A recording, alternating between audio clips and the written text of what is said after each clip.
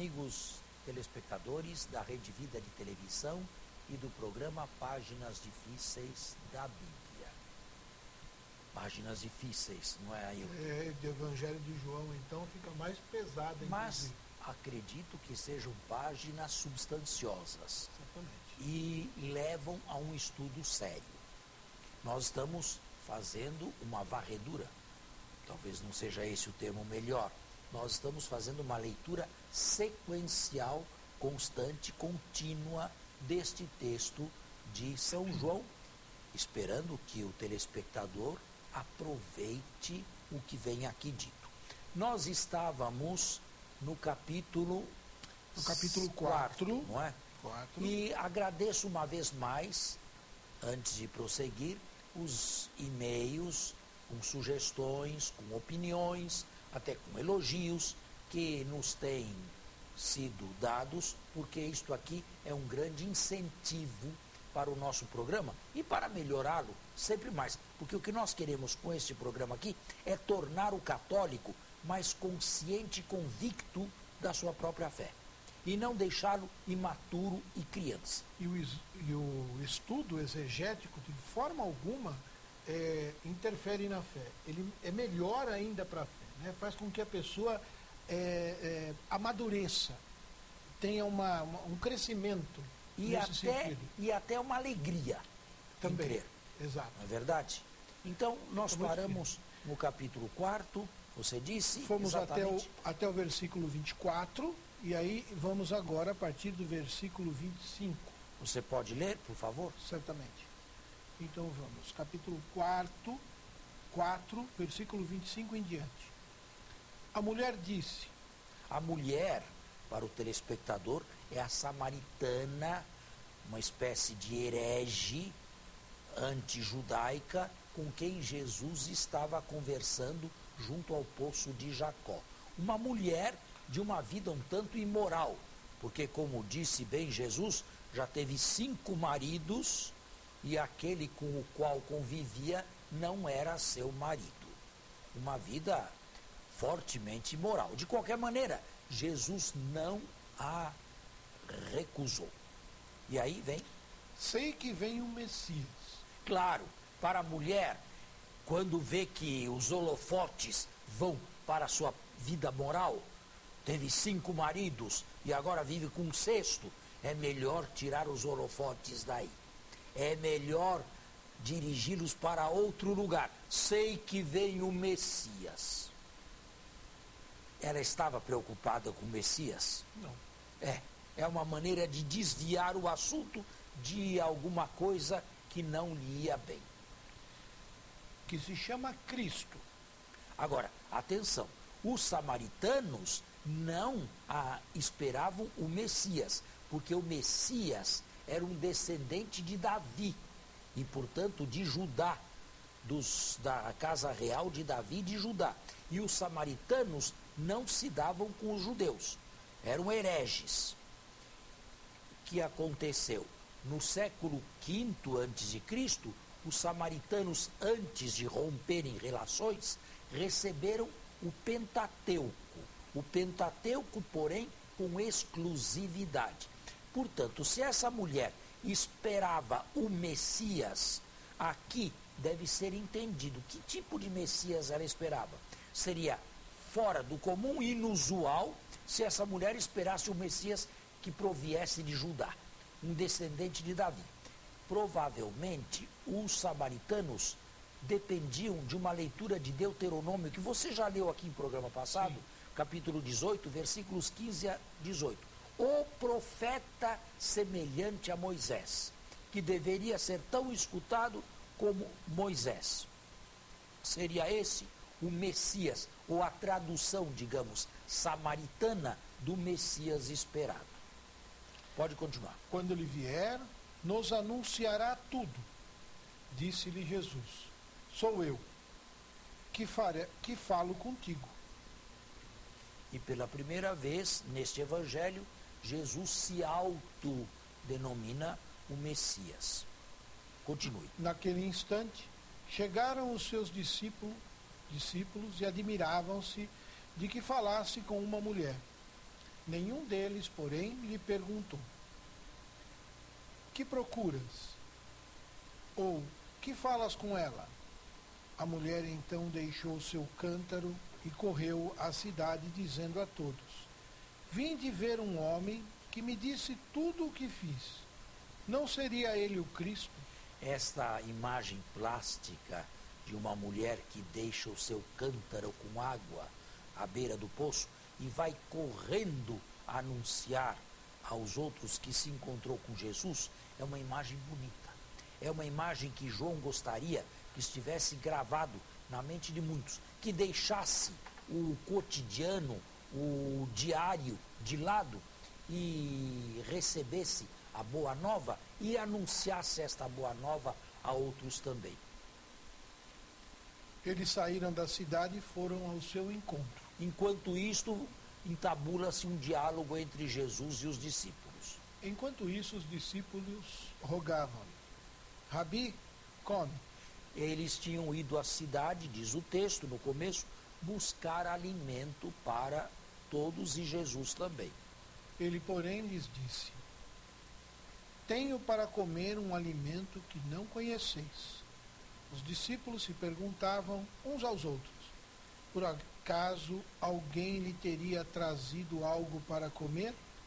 O Jesus de João é um Jesus que não é deste mundo, é um Jesus do alto, não do baixo, é um Jesus espiritual, não material ou materialista, e é um Jesus estranho, porque também tem uma comida estranha. Qual é a comida de Jesus? Meu alimento é fazer a vontade daquele que me enviou. Aí está o alimento de Jesus. É um alimento estranho. O Jesus do quarto evangelho tem esta característica. Ele, vejam, aqui o texto pende mais para o divino do que propriamente para o humano. Tá. Certo? E consumar a sua obra. Não dizeis vós. Aqui vem um provérbio de Levítico que Jesus cita. Ainda há 4 meses e chegará a colheita. Deixa eu repetir. Ainda há 4 meses e chegará a colheita?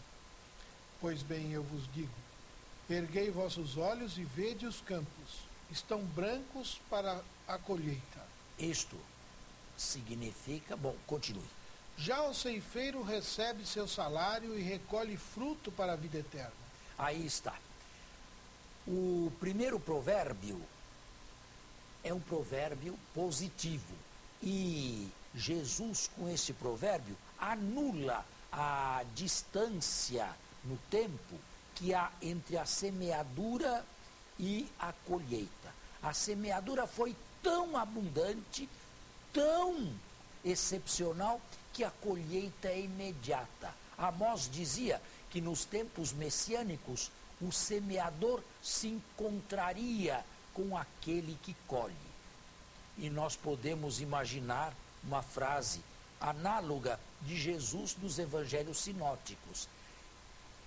A messe é grande, mas os operários são poucos. Pedi ao dono da messe que envie operários à sua messe. Continue. Para que o semeador se alegre juntamente com o ceifeiro. Semeador e ceifeiro se encontram e se alegrem. Tal é a abundância que se pode colher. Claro que nós estamos aqui num provérbio e, portanto, é uma metáfora de uma grande colheita que a pregação de Jesus e dos discípulos de Jesus sobre ele realizou naquela região. Aqui se verifica o provérbio. Outro provérbio, um segundo provérbio. Um é o que semeia, outro o que ceifa. Bem, agora esse provérbio aqui é mais delicado. Nas origens, esse provérbio no Antigo Testamento era um provérbio negativo. Semeareis, mas não colhereis. Não é uma perspectiva bonita esta. Semear e não poder colher. Mas não é neste sentido negativo que Jesus está proferindo o provérbio. Significa que uns semearam e outros vão colher. Agora, os que semearam aí estão no plural, não estão? o provérbio diz, um é o que semeia, outro é o que ceifa. Aí vem, eu vos enviei a ceifar onde não trabalhastes. Outros trabalharam e vós entrastes no trabalho deles. Aí está. Outros trabalharam, isto é, ceifaram, ou melhor, plantaram, semearam, e vós entrastes depois. Quem são os primeiros e quem são os segundos? Quem são os primeiros que semearam? O texto não diz. E por isso mesmo surgem as hipóteses. Primeira hipótese, seriam João Batista e os seus seguidores. Mas isto aqui é difícil de ser entendido nesse contexto imediato. Segundo, Jesus e o Pai. Também não. Também não fica bem dentro do contexto. Quem são estes outros que por primeiro semearam? Quem sabe os profetas? Esse texto fica mais bem inteligível se nós imaginarmos um episódio depois da Páscoa, depois da morte e da ressurreição de Jesus, quando Felipe, um dos 7 helenistas, desceu em Samaria e realizou com a pregação um sem número de conversões. Foram batizados. Mais tarde desceram a Samaria Pedro e João e lhes impuseram as mãos e receberam o Espírito Santo. Seria este texto uma alusão a este episódio de Atos 8, retroprojetado no passado para a vida de Jesus? O provérbio, nesse sentido, seria muito mais inteligível. Nós vamos ter que fazer um intervalo e já voltamos. Muito bem, nós estamos de volta. Você não acabou ainda. Só uma pergunta. O Felipe, que o senhor mencionou há pouco, é o mesmo da figueira lá que desceu? Não. Outro? Não é o membro dos 12, não. Não é dos 12. É o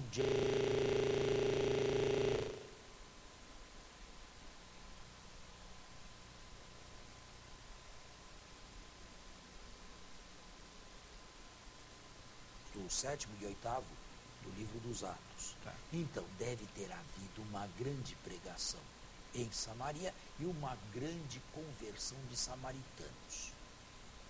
Aí se entende o texto. Provavelmente, o texto queira aludir, ou melhor, tenha nascido aí, nos anos 30, e retroprojetado para os anos 20 de Jesus. Portanto, esta conversa, este diálogo todo, fica mais inteligível depois da Páscoa do que antes da Páscoa. Tá certo. Agora é interessante, parece que esse núcleo de samaritanos convertidos para a comunidade de João trouxe para dentro da comunidade de João uma cristologia alta, porque daqui para adiante, até aqui, Jesus foi mencionado em cristologia baixa, isto é, cristologia que não envolve o divino. De agora em diante, Jesus será mencionado numa cristologia alta e divina. Talvez isto tenha entrado na comunidade graças a um esforço e uma intuição samaritana convertida. Muito bem. Muitos samaritanos daquela cidade creram nele, por causa da palavra da mulher. É bem mais inteligível isto depois da Páscoa do que antes da Páscoa. Não é? Sim. Porque os sinóticos afirmam que Jesus nunca entrou em cidade samaritana em vida. Por causa da palavra da mulher que dava testemunho. Ele me disse tudo o que fiz.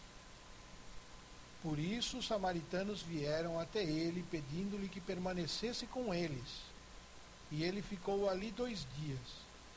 Bem mais numerosos foram os que creram por causa da palavra dele e diziam à mulher. Pode continuar? Sim. Já não é por causa do que tu falaste que cremos.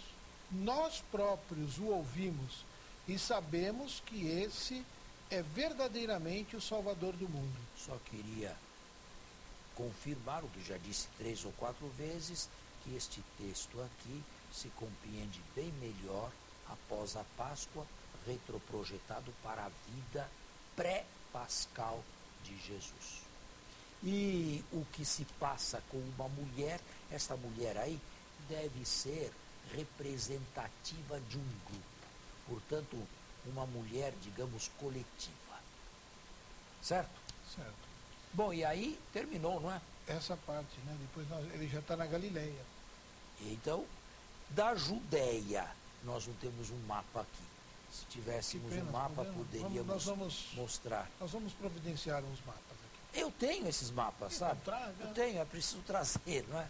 É preciso que o telespectador conheça um pouquinho da geografia da Palestina. A Palestina é uma faixa de terra assim, comprida. Não é larga, mas é mais comprida do que larga. O sul da Palestina é chamado Judéia. O norte da Palestina é chamado Galileia. Eu não acredito que essa Bíblia aí... Ver, né? Acho que não dá para ver, porque ela é muito pequenininha. É pequeno, né? É. Mas, Judéia, Idumeia, Samaria... Isso. A Samaria está no meio do caminho entre a Judéia e a Galileia. Portanto, indo do sul para o norte, indo da Judéia para a Galileia, se passa pela Samaria, se passa por uma região central. Jesus, nos capítulos 2 e 3, estava na Judéia, embaixo ele vai subindo, a conversa com a mulher se deu na Samaria, Sicar na metade, agora ele sobe até o norte e vai à Galileia, a Baixa Galileia, porque a Galileia também era dividida em dois, ou subdividida em dois, Baixa Galileia, onde era Nazaré, onde estava Nazaré e Caná, e Alta Galileia, o limite, digamos, entre Israel e os estados vizinhos. Pois não. Então, Jesus continua a sua marcha para o norte, para a Galileia. Leia. Depois daqueles 2 dias, ele partiu de lá para a Galileia. O próprio Jesus havia testemunhado que um profeta não era honrado em sua própria pátria. Agora, esse é o versículo 45, Sim, por acaso? 44 aos 45 é o próximo. Quando, pois, ele chegou à Galileia, os galileus o receberam, tendo visto tudo o que ele fizera em Jerusalém, por ocasião da festa, pois também eles tinham ido à festa. Os 2 versículos, você percebe que não batem bem? Acho que era bom ler de novo, inclusive. É bom você ler de novo, sim. Ficou um pouco... Leia o 44 primeiro. O próprio Jesus havia testemunhado que um profeta não era honrado em sua própria pátria. Bem, isto aqui é um dito que vem dos sinóticos. Agora, o que Jesus quer dizer com isso? Continua. Quando, pois, ele chegou à Galileia, os galileus o receberam. Aí é que está o problema. Em primeiro lugar, Jesus saiu da Judéia e foi para a Galileia porque ele não era bem recebido na sua pátria Judéia? Bem, mas este evangelista jamais disse que Jesus era judeu. Judeu no sentido de nascido na Judéia. Nem nos diz que nasceu em Belém, da Judéia, este evangelista aí. De resto, se Jesus não foi bem recebido na Judéia, ele vai para a Galileia à procura de elogios? Parece um Jesus não de acordo com a teologia deste evangelista, porque, de acordo com esta teologia, Jesus não busca elogios pessoais. E de resto, na Galileia, logo a seguir, ele não vai ter uma recepção calorosa, porque o episódio que vem logo a seguir é um episódio que denota, pelo menos no texto aí escrito falta de fé, ou então uma fé imperfeita, uma fé baseada em sinais. Eu acredito que a composição desses 2 versículos aí sejam muito complicadas, muito complexas, essas composições, e esses versículos foram aí colocados, arranjados, digamos assim, pelo redator final, porque não sabia exatamente onde e como colocá-los. Tendo visto tudo que ele fizera em Jerusalém, por ocasião da festa. E isto aqui cria problemas também, porque se Jesus fez tantos sinais em Jerusalém, como é que vão falar agora, que vão nomear agora, ou mencionar o segundo milagre de Jesus? Se já fez tantos. O primeiro foi em Caná. Se fez tantos em Jerusalém, como é que agora é o segundo? É agora que vai entrar então, se percebe que esses versículos são versículos de transição. São 3 versículos de transição que o redator final achou por bem colocar aí, talvez por falta de um lugar melhor e para que nada se perdesse dessa tradição. Agora, na Galileia, ele volta para Caná e lá tem o segundo sinal. Ele voltou novamente a Caná da Galileia, onde transformara água em vinho. Havia um funcionário real cujo filho se achava doente em Cafarnaum. Este texto tem uma passagem semelhante em Mateus 8 e Lucas 7. Parece que se trata do mesmo episódio. Uma pessoa de certo nível pede em favor de um outro. Jesus, num primeiro momento, recusa, mas depois realiza o sinal. O sinal é realizado à distância e, finalmente, o doente se cura. O mesmo episódio, substancialmente, se encontra em Mateus 8 e Lucas 7. Claro que, ao lado de analogias e semelhanças, existem também dessemelhanças. Isto significa que a tradição oral era rica e cada evangelista tinha um núcleo estável e, a partir do núcleo estável, uma certa periferia que ele podia arranjar como melhor quisesse. Dá para entender? Sim. Então vamos a este episódio. Eu tenho a impressão que não há mais tempo para começar. Vamos deixar este episódio, que insiste teologicamente no tema da fé e da vida, para a semana que vem. Espero que o telespectador tenha compreendido a lição de hoje, o texto ou os textos que foram lidos hoje, e assim assimile melhor o Evangelho de João. E com os samaritanos, e como ele e como a samaritana, também se transformem em discípulos e propagadores do Evangelho. Muito obrigado, até lá. Bom domingo a todos, até a próxima semana.